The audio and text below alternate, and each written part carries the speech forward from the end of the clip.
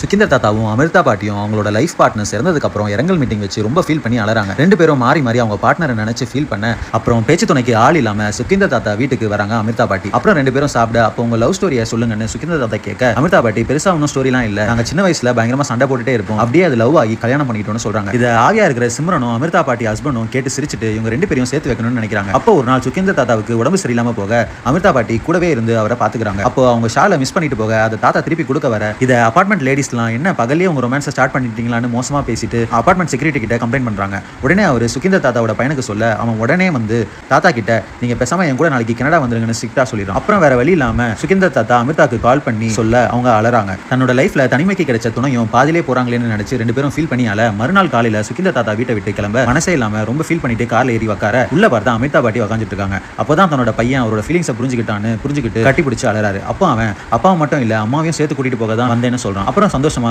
எல்லாரும் கிளம்பி கனடா போறாங்க. தங்களோட பார்ட்னர்ஸ் இனிமே தனியா கஷ்டப்பட மாட்டாங்கன்னு தெரிஞ்ச அந்த ஆவிங்க சந்தோஷப்படுறாங்க.